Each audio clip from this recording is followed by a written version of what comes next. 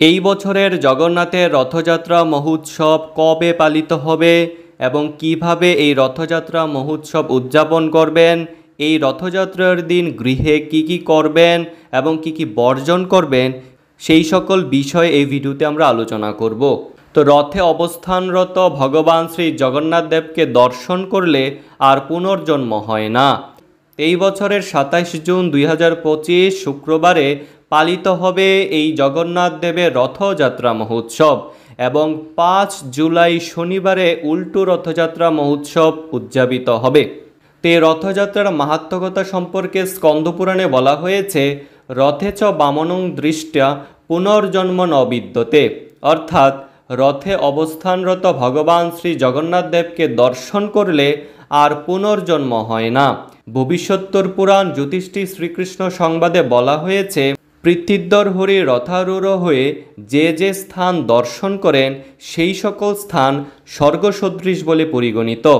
যে ব্যক্তি রথের অনুগামী বা অগ্রগামী হন, চণ্ডাল হলেও তারা হরিভক্ত। যে সকল ব্যক্তি শ্রীহরির সহিত গমন করে না, অধ্যয়ননিষ্ঠ ব্রাহ্মণ হলেও তারা চণ্ডাল অপেক্ষা নিকৃষ্ট, তারা ব্রহ্ম রাক্ষস হয়ে থাকে। তো রথযাত্রার মাহাত্ম্যকতায় আরও বলা হয়েছে, ব্রহ্মহত্যা, গুহত্যা, ভ্রূণহত্যা, সুরাপান ও গুরুদ্বার গমন, বেদ নিন্দক, সর্বপাপে পাপী ব্যক্তি রথে আরোহণরত শ্রীহরির সহিত গমন করলে নিখিল পাপ থেকে মুক্তি লাভ করবে। রথযাত্রা পরায়ণা হলে নারী জাতিরও মোক্ষ লাভ হয় এবং পিতৃকুল, মাতৃকুল ও পতিকুলকে বিষ্ণু মন্দিরে নিয়ে যেতে সক্ষম হবে। তো রথযাত্রার মাহাত্ম্যে আরও বলা হয়েছে, শ্রীহরির রথরজ্জু বা রথের দড়ি ধরে যত পদ আকর্ষণ করা যায় ততপদ স্থান যজ্ঞায়তন সদৃশ হয়। ভগবানের রথোৎসব দর্শনে যারা আনন্দিত হন, চতুর্দশ ইন্দ্রের রাজত্ব যাবৎ তাদের নরক যন্ত্রণা ভোগ করতে হয় না। ভগবান শ্রীহরি রথস্থ হলে যারা জয়ধ্বনি সহকারে ভগবানের অর্চনা করেন, তারা নিখিল পাপ থেকে মুক্ত হয়ে হরিধামে গমন করেন। তো এখন আমরা আলোচনা করব যে রথযাত্রার দিন গৃহে কি করবেন। রথের পুরো সপ্তাহ ভগবত প্রসাদ বা অন্ততপক্ষে নিরামিষ আহার করবেন, প্রাতঃ স্নান করবেন এবং মঙ্গলারতি করবেন, অধিক পরিমাণে হরিনাম জপ করবেন, হরিনাম কীর্তন করবেন, ভগবানের সেবা পূজা করবেন, জগন্নাথ বলদেবের চরণে তুলসীপত্র পুষ্প অর্পণ করবেন এবং সুভদ্রা দেবীর চরণে শুধু পুষ্প অর্পণ করবেন। ধূপ, দীপ, মঙ্গল দ্রব্য দ্বারা জগন্নাথ দেবের আরতি নিবেদন করবেন, নৈবেদ্য দ্বারা ভোগ নিবেদন করবেন, স্তুতি করবেন এবং প্রণাম নিবেদন করবেন। জগন্নাথ অষ্টকম কীর্তন বা পাঠ করতে পারেন, জগন্নাথের অষ্টোত্তর শতনাম পাঠ বা শ্রবণ করতে পারেন। তো এছাড়াও ভগবানের সন্তুষ্টির জন্য ভক্ত পরিবৃত হয়ে নৃত্য, গীত, বাদ্যাদি করবেন, অর্থাৎ মৃদঙ্গ, করতাল যুগে হরিনাম সংকীর্তন করবেন, জগন্নাথ অষ্টকম কীর্তন করবেন, জগন্নাথের ভজন ইত্যাদি গাইবেন এবং নৃত্য করবেন। ভগবান শ্রী জগন্নাথ দেবকে বিশেষভাবে কাঁঠাল, কলা, অন্যান্য ফল, মিষ্টি দ্রব্য নিবেদন করবেন। তো এখন আমরা আলোচনা করব যে এই রথযাত্রার দিন কি বর্জন করবেন।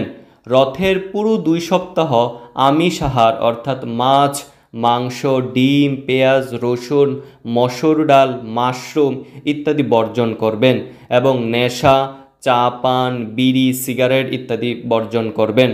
অন্ততপক্ষে 26 জুন থেকে 5 জুলাই পর্যন্ত এই আমিষ আহার বর্জন করবেন এবং নেশাদ্রব্য বর্জন করবেন। তো ভুলেও জুতো পায়ে রথের দড়ি ধরবেন না, খালি হাতে রথে যাবেন না, সামর্থ্য অনুযায়ী জগন্নাথের সেবার জন্য কিছু নিয়ে যাবেন। তো অনেকে বলে থাকেন যে গর্ভবতী মায়েরা রথযাত্রায় যেতে পারবেন না, এটি সম্পূর্ণ কুসংস্কার। সকলেই ভগবানকে দর্শন করতে রথে যেতে পারেন। কলা রথের দিন রথের দিকে ছুঁড়ে দিবেন না, রথে জগন্নাথকে দর্শন করে প্রণাম নিবেদন করবেন। রথে অধিক ভিড় থাকে, তাই অন্যদের বিরক্ত বা ধাক্কাধাক্কি করে অপরাধ করবেন না। তো এছাড়াও উল্টো রথের অজুহাত দিয়ে এই বছরের 6 জুলাই রবিবার শয়ন একাদশী ব্রত ভঙ্গ করবেন না, রথ সম্বন্ধে কুমন্তব্য করবেন না, রথে চড়ে ভগবানের গমনের সময় দাঁড়িয়ে রং দেখবেন না, এই সময় স্ট্যাচুর মতো দাঁড়িয়ে থাকলে ব্রহ্ম রাক্ষস গতি হয়। জগন্নাথের সঙ্গে হেঁটে অবশ্যই সকলে মিলে গুন্ডিচা মন্দির পর্যন্ত যাবেন। তো রথযাত্রার আগের দিন এই বছরের ২৬ জুন বৃহস্পতিবার গুন্ডিচা মন্দির মার্জন উৎসবে হাজার হাজার ভক্ত অংশগ্রহণ করবেন মন্দির মার্জন করতে, এবং এর দ্বারা সকলে তাদের হৃদয় মন্দির পরিচ্ছন্ন করেন এবং ভগবানের অধিবেশন যোগ্য করেন। শ্রী চৈতন্য চরিতামৃতের মধ্যলীলায় দ্বাদশ পরিচ্ছেদে উল্লেখ রয়েছে গুন্ডিচা মন্দির মার্জনের মহিমা কথা। স্বয়ং পরমেশ্বর ভগবান হয়েও শ্রী চৈতন্য মহাপ্রভু নিজে আচরণ করে সকলকে এই গুন্ডিচা মন্দির মার্জনের শিক্ষা প্রদান করেছিলেন। শ্রী চৈতন্য মহাপ্রভু তার অন্তরঙ্গ ভক্তদের নিয়ে শ্রী গুন্ডিচা মন্দির সংমার্জন ও প্রক্ষালন করে পরিষ্কার করেছিলেন এবং সেই মন্দিরকে তার হৃদয়ের মতো শীতল উজ্জ্বল করে শ্রীকৃষ্ণের উপবেশনযোগ্য করেছিলেন। হরে কৃষ্ণ।